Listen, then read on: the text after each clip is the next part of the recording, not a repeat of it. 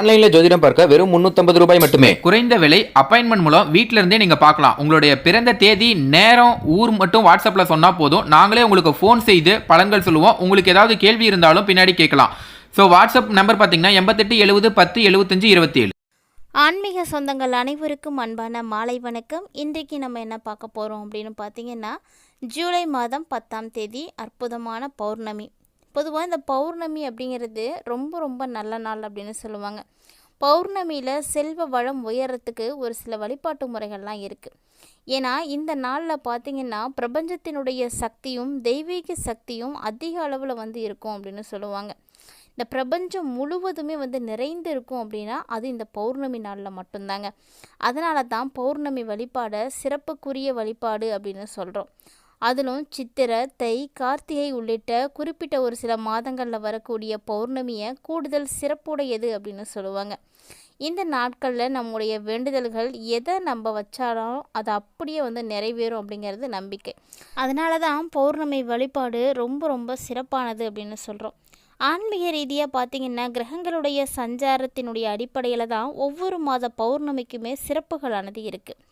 அதில் இந்த ஜூலை மாதத்தில் வரக்கூடிய பௌர்ணமியை குரு பூர்ணிமா அப்படின்னு சொல்லுவாங்க. வாழ்க்கையில் நமக்கு வழிகாட்டியாக இருக்கக்கூடிய குருவுக்கு நன்றியை வெளிப்படுத்தக்கூடிய பழக்கம் காலம் காலமாக இருந்துகிட்டு இருக்குது. நம்மளுடைய குருமார்களை வணங்கி வழிபடக்கூடிய நாளாக தான் இந்த பௌர்ணமி பார்க்கப்படுதுங்க. தமிழ் பஞ்சாங்கத்தின்படி ஜூலை மாதத்தில் வரக்கூடிய பௌர்ணமி, அதாவது தமிழ் மாதம்னா ஆனி இல்லைன்னா ஆடி மாத பௌர்ணமியில் இது வரும் அப்படின்னு சொல்லுவாங்க. ஸோ இந்த குரு பூர்ணிமா அப்படின்னா என்னன்னு பார்த்தீங்கன்னா, எழுத்தறிவித்தவன் இறைவன் ஆவான் அப்படின்னு தெரியும். பொதுவாக குருவுக்கு பிறகு தான் இறைவனை கூட வழிபாடு செய்யணும் அப்படின்னு கடவுளை விட உயர்ந்த நிலையில் இருக்கக்கூடியவர் குரு. நம்முடைய குருவுக்கு மரியாதை செலுத்தி வணங்கி வழிபாடு செய்யக்கூடிய நாள் தான் இந்த குரு பூர்ணிமா. இந்த ஆண்டு குரு பூர்ணிமா ஜூலை மாதம் வந்திருக்கு, ஆனி பௌர்ணமி அன்னைக்கு. ஸோ இந்த நாளில் விரதம் இருந்து குருவை நீங்கள் வழிபாடுகள் செய்கிறதுனால அவர் பார்த்திங்கன்னா ஆன்மீக ரீதியான பலன்களை மட்டும் கிடையாதுங்க, அறிவு, அமைதி மற்றும் வாழ்க்கையில் முன்னேற்றம் இது எல்லாத்தையுமே பெற முடியும் அப்படின்னு நம்பப்படுது. ஸோ கண்டிப்பாக அதனால் எல்லாருமே இந்த பௌர்ணமியில் உங்களுடைய குருவை வழிபாடு செய்யுங்க. உங்களுடைய குருவின் மூலமாக நீங்கள் எந்த அளவுக்கு உயர்ந்திருக்கீங்க அப்படின்றத நினைத்து அவங்கள பெருமைப்படுத்தக்கூடிய வகையில் கண்டிப்பாக உங்களுடைய வழிபாடு இருக்கணும். ஸோ குருவுக்காக இருக்கக்கூடிய அந்த நாளை கண்டிப்பாக மிஸ் பண்ணிடாதீங்க. இந்த ஜூலை மாத பௌர்ணமி எப்போ வருது அப்படின்னு பார்த்தீங்கன்னா, ஜூலை 10ஆம் தேதி அதிகாலை 1:36 ஆரம்பமாகி ஜூலை 11ஆம் தேதி அதிகாலை 2:06 தான் முடியுது. ஸோ இந்த பௌர்ணமியில் நீங்கள் கண்டிப்பாக வழிபாடு செய்யுங்க. பொதுவாக பௌர்ணமி அப்படின்னாலே நம்ம எல்லாருக்குமே யார் நினைவுக்கு வருவாங்கன்னா எம்பெருமான் ஈசன் தான். அதாவது திருவண்ணாமலையில் இருக்கக்கூடிய கிரிவலப்பாதை. இந்த திருவண்ணாமலையில் இருக்கக்கூடிய கிரிவல பாதைக்கு நிறைய சிறப்புகள் இருக்குது. இருந்தாலுமே கூட இந்த பௌர்ணமி நாளில் நீங்கள் கிரிவலம் போகும் பொழுது நிறைய நன்மைகளானது ஏற்படும். ஏன்னா பிரபஞ்சத்தில் நிறைய சக்திகள் இருக்கக்கூடிய நாளில் நீங்கள் போய் உங்களுடைய வேண்டுதல்களை வைக்கும் பொழுது அது உடனடியாக நிறைவேற்றப்படும் அப்படின்றது நம்பிக்கை. அதனால தான் பெரும்பாலும் பௌர்ணமி அப்படின்னா எல்லாருமே கிரிவலம் போகலாமா அப்படின்னு கேட்பாங்க. ஸோ அந்த வரிசையில் உங்களுக்கு கிரிவலம் போன பழக்கம் இருக்கா? கிரிவலம் போயிட்டு வந்த அனுபவத்தை பற்றி மறக்காமல் கமெண்ட் பாக்ஸில் கமெண்ட் பண்ணுங்கள். எம்பெருமான் ஈசனை யாருக்கெல்லாம் பிடிக்குமோ மறக்காமல் வீடியோக்கு ஒரு லைக் பண்ணிக்கோங்க. ஓம் நமச்சிவாய அப்படின்ற திருநாமத்தையும் தவறாமல் கமெண்ட் பாக்ஸில் கமெண்ட் பண்ணுங்கள். ஜோதிட ரீதியாக குரு பகவான் அப்படின்றவரை குறிக்கக்கூடிய கிரகம்னா நவ கிரகங்கள் இருக்கக்கூடிய குரு தான். ஸோ இந்த குரு கிரகத்தை பௌர்ணமி அது வியாழக்கிழமை அன்னைக்கு எல்லாம் கூடி வந்திருக்கு. ஸோ இந்த ஒரே நாளில் வரக்கூடிய நாளில் குரு பூர்ணிமாவும் வந்திருக்கு. கண்டிப்பாக வழிபாடு செய்யுங்க. இந்த குரு பூர்ணிமா அப்படிங்கிறது மொழி, இனம் மற்றும் மதங்களை கடந்து கொண்டாடப்படக்கூடிய ஒரு விழா. ஸோ உங்களுக்கு குருவாக வழிகாட்டியாக இருக்கக்கூடியவரை வணங்கி மரியாதை செலுத்துவது தான் இந்த நாளுடைய மிகப்பெரிய மகிமை. அதனால் கட்டாயமாக செய்யுங்க. அது மட்டும் இல்லாமல் மகாபாரதத்தை விநாயகர் சொல்ல சொல்ல வேத ரிஷி வியாசர் தான் எழுதினார் அப்படின்னு பலருக்கும் தெரியும். அவர் அவதரித்த நாள் தாங்க இந்த குரு பூர்ணிமா. ஸோ இந்த நாளில் வியாச பூர்ணிமா அப்படின்னு சொல்லுவாங்க.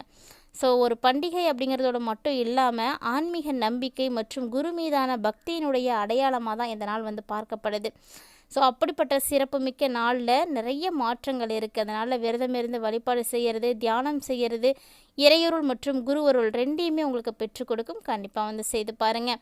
இந்த பதிவில் இது அற்புதமான பௌர்ணமியாக இருக்கிறதுனால இதுக்கப்புறமா நிறைய மாற்றங்களை ரிஷபராசினியர்களுடைய வாழ்க்கையிலையும் ஏற்பட இருக்குங்க. அதை பற்றி தான் இப்போ நம்ம தொடர்ந்து பார்க்க போகிறோம். ரிஷபராசி நேர்களை பொறுத்த வரைக்கும் இந்த ஜூலை மாதம் பொதுவாக உங்களுக்கு ரொம்ப ரொம்ப சாதகமாக தான் வந்து இருக்குது. ஏன்னா இந்த டைமில் உங்களுடைய தொழில் ஸ்தானாதிபதியாக இருக்கக்கூடிய கிரகம் கடந்த மாதங்களை போல் இந்த மாதமும் லாபகரமான வீட்டில் தான் வந்து இருக்க போகிறாரு.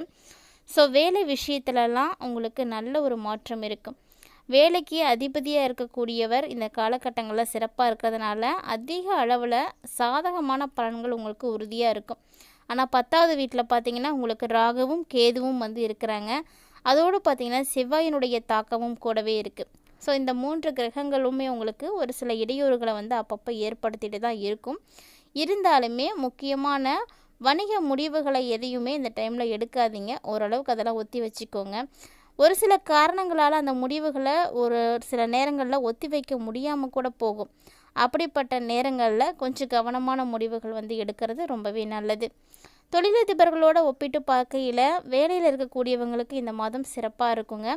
கல்விக்கு காரணமாக இருக்கக்கூடிய கிரகம் புதன். ஏன்னா புதன் வந்து புத்திக்காரகன்னு சொல்லுவாங்க. ஸோ அப்படிப்பட்ட இந்த கிரகம் இந்த மாதம் முழுக்கவே உங்களுக்கு நல்ல நிலையில் இல்லை. ஸோ ஆரம்ப கல்வியை தொடரக்கூடிய மாணவர்கள் எல்லாருமே இந்த டைமில் தடுமாறுவீங்க. அது மட்டும் இல்லாமல் இந்த மாதம் ஒரு முக்கியமான முடிவுகளால் அதிருப்தியை கூட உங்களுக்கு ஏற்படுத்தி கொடுக்கும். அதாவது படிப்பில் கவனம் செலுத்த முடியாமல் போகிறதுக்கு வாய்ப்பெல்லாம் இருக்குது. ஆனால் கல்வி பயிலக்கூடிய மாணவர்கள் நண்பர்களோட அதிக நேரத்தை படிப்புக்காக குறைந்த நேரத்தையும் வந்து செலவீடு செய்வாங்க. ஸோ இப்படி விளையாட்டுத்தனமாக இருக்கிறதுனால படிப்பில் கண்டிப்பாக ஆர்வம் இல்லாமல் தான் போகும். அதனுடைய தாக்கத்தை நீங்கள் கல்வியில் வந்து கண்டிப்பாக பார்க்க முடியும். குழந்தைகள் வந்து படிக்கிறதுக்கான நேரத்தை ஒதுக்காமல் விளையாட்டில் வந்து நேரத்தை ஒதுக்கும் பொழுது அதனுடைய தாக்கம் கண்டிப்பாக நமக்கு அவங்களுடைய கல்வி நிலையில் வந்து தெரிய ஆரம்பிச்சிடும் இல்லையா? ஸோ அந்த மாதிரியான விஷயங்கள்லாம் நடக்கிறதுக்கு வாய்ப்பு இருக்குது. குரு 2வது வீட்டில் பயிற்சி ஆகக்கூடிய நேரத்தில் தான் எல்லாமே வந்து சரியாகும். அதாவது அது வரைக்கும் கொஞ்சம் அப்படி தான் இருக்கும். கொஞ்சம் பொறுமையாக இருங்க. அதே போல் இந்த காலகட்டங்களில் குடும்பத்தில் இருக்கக்கூடிய ஒவ்வொரு உறுப்பினரையுமே மதிக்கக்கூடிய நபர்கள் உங்களுடைய குடும்பத்தில் சச்சரவுகளை தவிர்க்கணும் அப்படின்னு நினைக்கிறவங்க எல்லாருமே வந்து கொஞ்சம் அமைதியாக தான் இருக்கணும். யார் ஒருத்தங்க ஒரு பிரச்சனையை வந்து தவிர்க்கிறதுக்கு முற்படுறாங்களோ அப்போ தான் அவங்க வெற்றியை வந்து பார்க்க முடியும். இந்த டைமில் காதல் உறவுகளுக்கு புதன் கிரகம் உங்களுக்கு பெரிய அளவில் வந்து சாதகமாக இல்லை. ஏன்னா அந்த கிரகம் பார்த்திங்கன்னா பெரிய அளவில் உங்களுக்கு ஆதரவு கொடுக்கவோ எதிர்ப்பு தெரிவிக்கவோ இல்லை. அப்படின்றதுனால 3வது வீட்டில் நீர் உறுப்பு ராசியில் வேறு இருக்க போது. ஸோ உங்களுடைய மனசில் ஒரு விசித்திரமான ஓட்டம் ஓடிக்கிட்டே இருக்கும். அது பார்த்திங்கன்னா ஒரு தீராத குழப்பத்தை உங்களுக்கு ஏற்படுத்தி கொடுத்துட்டே தான் இருக்கும். திருமண வாய்ப்புகளுக்காக காத்திருக்கக்கூடியவர்கள் அல்லது திருமணம் செய்யலாமா அப்படின்னு சிந்திக்கக்கூடிய ரிஷபராசி அன்பர்களுக்கெல்லாம் இந்த காலகட்டங்கள் பார்த்திங்கன்னா ஏற்றதாக வந்து இருக்காது. ஏன்னா செவ்வாய் கிரகத்தினுடைய நிலை உங்களுக்கு சாதகமாக இல்லை. இந்த செவ்வாய் சரியில்லாத சமயத்தில் உங்களுக்கு நிறைய கருத்து வேறுபாடுகள் ஏற்படும். திருமண உறவில் கண்டிப்பாக இருக்கக்கூடாத ஒரு விஷயம் அப்படின்னா கருத்து வேறுபாடு தாங்க. இதுவே பார்த்திங்கன்னா நிறைய சர்ச்சைகளை வந்து ஏற்படுத்தி கொடுத்துடும். ஒருவேளை 2 பேர் இருக்கீங்க அப்படின்னா ஒருவருடைய ஆரோக்கியம் பலவீனப்படுத்தி போயிடும். அதாவது கணவன் மனைவி 2 பேர்த்தில் யாராவது ஒருத்தருக்கு உடம்பு சரியில்லாமல் போகும்.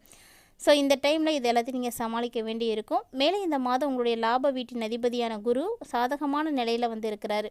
அதனால் இந்த மாதம் ராகுவினுடைய நட்சத்திரத்தில் குரு வந்து இருக்கக்கூடிய நேரத்தில் இந்த கிரகம் உங்களுக்கு ஒரு சில சூழ்நிலைகளில் கடினமான உழைப்பை வந்து ஏற்படுத்தி கொடுப்பாரு. அந்த கடினமான உழைப்பை நீங்கள் கெட்டியாக பிடிச்சிக்கோங்க, சரியாக பயன்படுத்திக்கோங்க. நிச்சயமாக நல்ல வருமானத்தை ஈட்ட முடியுங்க. அதற்குரிய முயற்சிகளை நீங்கள் தான் வந்து எடுக்கணும். கண்டிப்பாக இது ரிஷபராசினியர்கள் ஒவ்வொருவருமே வந்து ட்ரை பண்ணக்கூடிய விஷயந்தான். அதே போல் உங்களுடைய ஆரோக்கியத்திற்கு ஒரு கலவையான பலன்கள் வந்து இந்த டைமில் வந்து இருக்குது. அதனால் உடல் ரீதியாகவும் சரி மன ரீதியாகவும் சரி ஒரு சில பிரச்சனைகளை ரிஷபராசி நேயர்கள் இந்த மாதத்தில் கட்டாயமாக வந்து பார்த்தே தீருவீங்க. ஸோ அதை கடந்து வரதுக்கான முயற்சிகளையும் நீங்கள் தான் வந்து எடுக்கணும். ஒருவேளை இந்த காலகட்டங்களில் வாகனத்தை இயக்கக்கூடிய நபர்களாக நீங்கள் இருக்கீங்க, இல்லை வண்டி வாகனம் தான் என்னுடைய தொழிலில் இருக்குது அப்படின்னு சொல்லக்கூடியவங்களாம் கண்டிப்பாக எச்சரிக்கையோடு தான் இருக்கணும்.